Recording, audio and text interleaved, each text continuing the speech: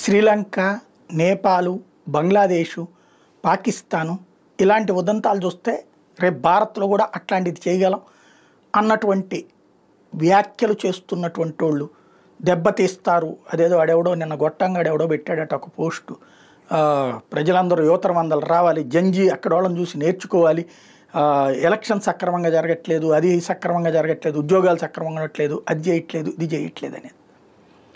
భారతదేశంలో ప్రజాస్వామ్యం ఉంది ఖచ్చితంగా. ఇక్కడ ఉద్యోగం చేసేవాడికి ఉంది, ఒళ్ళు కొవ్వెక్కి నాకు ఈ ఉద్యోగమే కావాలనేవాడికి ఉండదు. తాత ముత్తాతల నుంచి ఈ రోజు వరకు పనిచేయాలనుకునేవాడికి ఉంది. అదేమంటే ఏ షాపింగ్ మాల్లో పను లేకపోతే ఇంకొక పను, ఇదేంటి పనులు అని అంటే కనుక చెప్పుచ్చు కొట్టాల. అమెరికాకి వెళ్ళి నువ్వు పీకుతున్నది ఏందిరా? అమెరికాకి వెళ్ళి మరుగుదొడ్లు అడుగుతున్నప్పుడు లేదా? అమెరికాకి వెళ్ళి పెట్రోల్ బంకులో పనిచేస్తున్నప్పుడు లేదా? అక్కడేమో లక్షలు పోసి ఆ పని చేస్తావా? ఈడకు వచ్చేటప్పటికి అది తప్ప, ఉద్యోగాలు లేవా?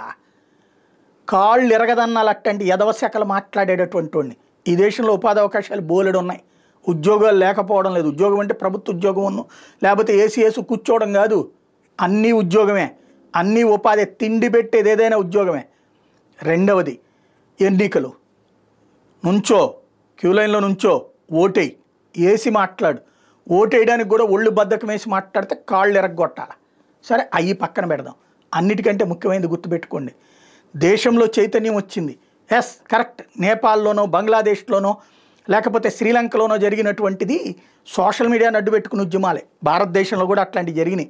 సిఏఏ, ఎన్ఆర్సి, అట్లాగే ఆర్టికల్ 370కి వ్యతిరేకంగా ఉద్యమాలు, రైతుల చట్టాలకు వ్యతిరేకంగా ఉద్యమాలు. వీటన్నిట్లలో 100కి 5% మంది మాత్రమే మొగ్గు చూపారటు, 95% మంది నిశ్శబ్దంగా ఉన్నారు. కొట్టలేదు వాళ్ళని, వాళ్ళ చేత కొట్టించుకోలేదు. కానీ ఈ దేశానికి ద్రోహం చేయాలనుకుంటే, ఈ దేశాన్ని మొక్కలు చేయాలనుకుంటే, ఈ దేశంలో తిరుగుబాటు చేయాలనుకుంటే ప్రతి భారతీయుడు చేయి కలపడం కాదు, చెప్పుచ్చు కొడతారు.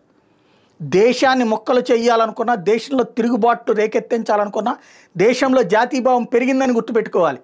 తరతరాలుగా భారతదేశంలో ఉన్నటువంటి యువతని మోసం చేస్తున్నటువంటి సందర్భంలో విద్య, ఉద్యోగ, ఉపాధి అవకాశాలు భారీగా మెరుగుపడుతున్నాయి. ఈ దేశంలో 12 లక్షల కోట్ల నుంచి 50 లక్షల కోట్ల రూపాయలకి ఈ దేశ బడ్జెట్ పెరిగింది. అట్లాగే ఈ రోజున ఎక్కడ పడితే అక్కడ పరిశ్రమలు వస్తున్నాయి. కొత్తగా ఇస్రో ఏది అంతరిక్ష రంగం దగ్గర నుంచి, ఆటోమొబైల్ రంగం దగ్గర నుంచి, అణుబాంబుల తయారీ రంగం దాకా ప్రతి దాంట్లో ఇండస్ట్రీస్ కుప్పలు తెప్పలు వస్తున్నాయి, పెట్టుబడులు కుప్పలు తెప్పలు వస్తున్నాయి. క్రమక్రమంగా ఉపాధి అవకాశాలు పెరుగుతున్నాయి, ఉద్యోగ అవకాశాలు పెరుగుతున్నాయి. అన్ని రకాలైనటువంటి స్వేచ్ఛతో బ్రతుకుతున్నటువంటి యువతరం ఇక్కడ.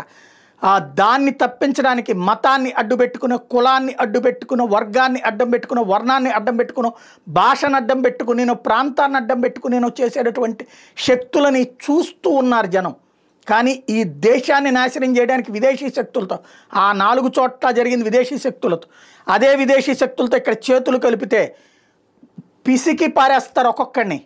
ఉద్యమం లేవనెత్తినోని చంపి పడేస్తారు ఇక్కడ జనం. జనంలో జాతీయభావం పెరిగింది, జనంలో అర్థమయ్యింది ప్రపంచవ్యాప్తంగా జరుగుతున్నటువంటి విదేశీ కుట్రలు, భారతదేశం మీద జరుగుతున్న విదేశీ కుట్రలు కూడా ప్రతి భారతీయుడు గ్రహిస్తున్నాడు. ఇవాళ రోజున ఇదివరకడికి మళ్ళీ మీడియాని అడ్డం పెట్టుకుని డ్రామాలాడటం కుదరదు. ప్రజలలో జ్ఞానం వచ్చింది. ఇదే సోషల్ మీడియాని భారత్ మీద వెపన్గా వాడటానికి జరిగిన కుట్రలు కూడా భారతీయులు అదే సోషల్ మీడియా వేదికగా తిప్పికొట్టారు. ఇది గుర్తుపెట్టుకోండి. భారతదేశ ప్రజల్ని తక్కువగా అంచనా వేయద్దు, భారతదేశపు యువతరాన్ని తక్కువగా అంచనా వేయద్దు. తప్పుడు పనులు చేయడానికి కనుక ప్రారంభిస్తే భారతదేశంలో కూడా రెవల్యూషన్ వస్తుంది. దేశద్రోహులందరినీ తన్ని తరిమేయడం కాదు, తీసుకెళ్ళి లోపలేస్తారు, ఏ మురికి కాలువల్లోనూ శవాలుగా అవుతారు. అది గుర్తుపెట్టుకోవాలి.